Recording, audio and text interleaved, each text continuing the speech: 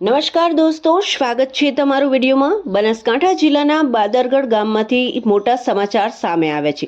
બાળકોના સ્વાસ્થ્યને ધ્યાનમાં રાખીને બાદરગઢ ગામની ગ્રામ પંચાયત દ્વારા એક ઐતિહાસિક ઠરાવ પસાર કરવામાં આવ્યો છે। ગામમાં હવેથી કોઈપણ પ્રકારના પડીકા વેચવા કે ખાવા પર સદંતર પ્રતિબંધ રાખ્યો છે। આજકાલના બાળકોમાં પડીકા અને પેકેટ ફૂડનું ચલણ ખૂબ જ વધી ગયું છે, જે તેમના સ્વાસ્થ્યને નુકસાન પહોંચાડે છે।